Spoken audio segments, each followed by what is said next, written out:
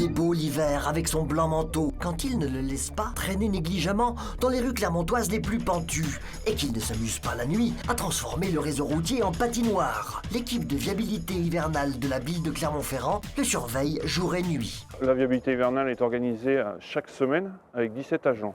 17 agents qui sont chefs d'équipe, chargeurs de tracto, conducteurs et agents accompagnants.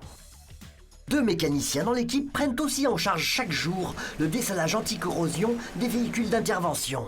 Sur le réseau clermontois, on est au nombre de 8 camions maximum.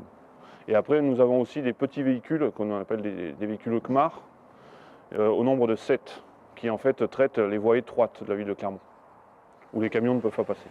Alors le réseau clermontois comporte 440 km de voirie, et nous traitons de manière prioritaire 200 km de voirie.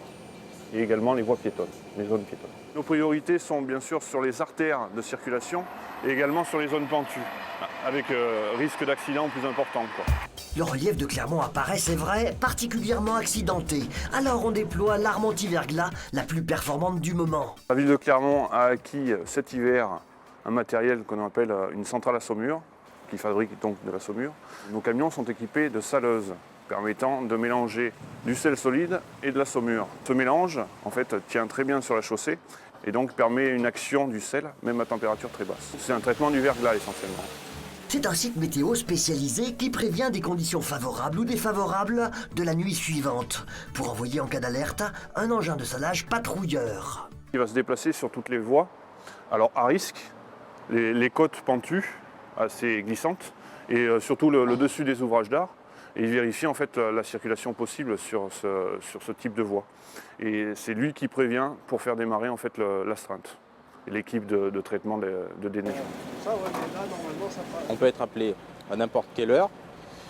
Et en principe, quand on est en période hivernale, on commence à partir de minuit. On fait minuit 5 heures. On peut prolonger dans quelques cas spécifiques. Particulièrement aguerris, les conducteurs de saleuses de la ville de Clermont impressionnent toujours par leur virtuosité au volant, face aux plus rudes conditions climatiques. C'est un appareil qui pèse 15 tonnes et ces 15 tonnes, ils en font ce qu'ils veulent, quoi.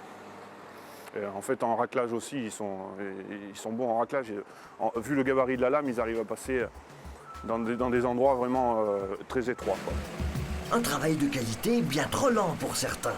Et les gens ne comprennent pas tout le temps, non, mais parce qu'on ne peut pas être à tous les endroits en même temps, on va dire.